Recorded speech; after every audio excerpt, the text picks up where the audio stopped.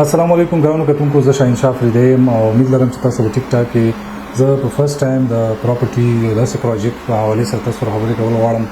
چې هغه خلک چې چا سره پیسې وي او غواړي چې انویسټمنټ وکړم او انویسټمنټ ماته فایده ورسي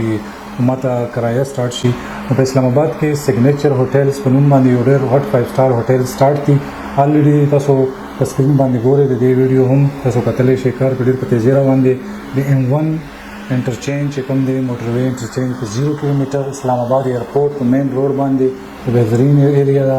او فیوچر کې ډېر بهترین پروجیکټ دی که تاسو غواړئ چې موږ انویسټمنټ وکړو چې څنګه تاسو خپل انویسټمنټ دی کې وکړئ په دې کې دوه کیسې دي یو دا ده چې